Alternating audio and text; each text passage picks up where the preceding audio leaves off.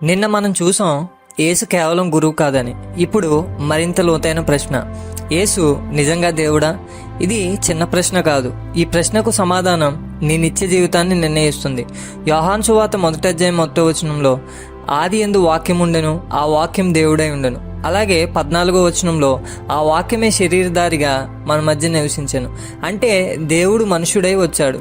యోహాను సువార్త 20వ అధ్యాయం 28వ వచనంలో తోమా ఆయనతో ప్రభువా, నా దేవా అనెను. యేసు అతని సరిచేయలేదు, అతని ఆరాధనను అంగీకరించాడు. యేసు చేసినవి చూడండి. ఆయన ప్రకృతిని ఆజ్ఞాపించాడు, మృతులను లేపాడు, పాపాలను క్షమించాడు. బైబిల్ ప్రకారం పాపం క్షమించగలవాడు దేవుడు మాత్రమే. అయితే యేసెవరు? ఒక ప్రవక్త లేక దేవుడా? ఆయన మాటలు, కార్యాలు, పునరుద్ధానం అన్నీ ఒకే దిశలో చూపిస్తున్నాయి. యేసు దేవుడైతే ఆయనను కేవలం గౌరవించడం సరిపోదు, ఆయనను ఆరాధించాలి, ఆయనకు లోబడాలి.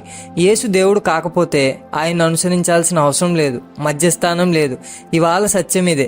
యేసు మంచి మనిషి మాత్రమే కాదు, ఆయనే దేవుడు, మన మధ్యకు వచ్చినవాడు, మనతో నివసించేవాడు.